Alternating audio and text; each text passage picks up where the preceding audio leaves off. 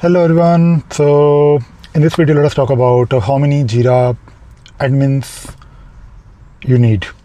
Now, this is of course a very common thing that people want to know, especially when they have a Jira instance, of course. And I always say that companies should invest and have some budget for spending on Jira, and along with resources who would be managing Jira. And this is also important because not only this is something that you need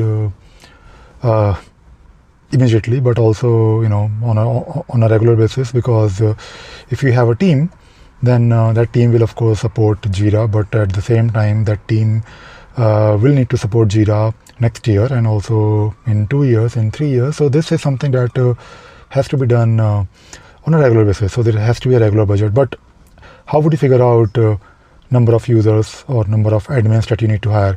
Well, unfortunately, there is no straightforward, easy way. And you can basically just look at a few things. Hopefully, it will help you.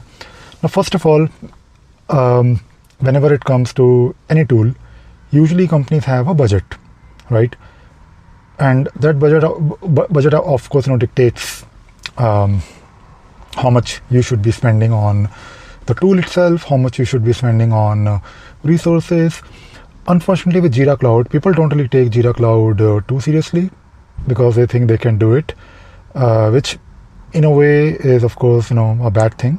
But if, let us say, you have a budget, so that will give you some indication like how many people you can afford.